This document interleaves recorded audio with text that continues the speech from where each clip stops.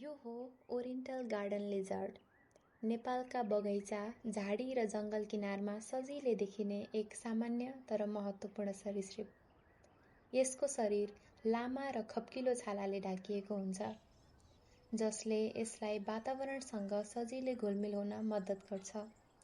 रङ हरियो, खैरो वा पहेँलो खैरो हुन सक्छ र आवश्यकता अनुसार केही हदसम्म रङ परिवर्तन गर्ने क्षमता पनि हुन्छ।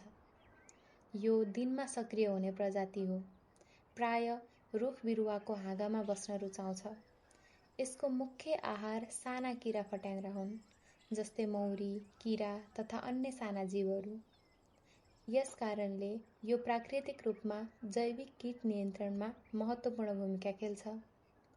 मानिसका लागि यो पूर्ण रूपमा हानिरहित छ, तर वातावरणीय सन्तुलनका लागि अत्यन्त उपयोगी जीव हो। त्यसैले यसलाई नमारौँ, योसँग नडराउँ, बरु बुझौँ।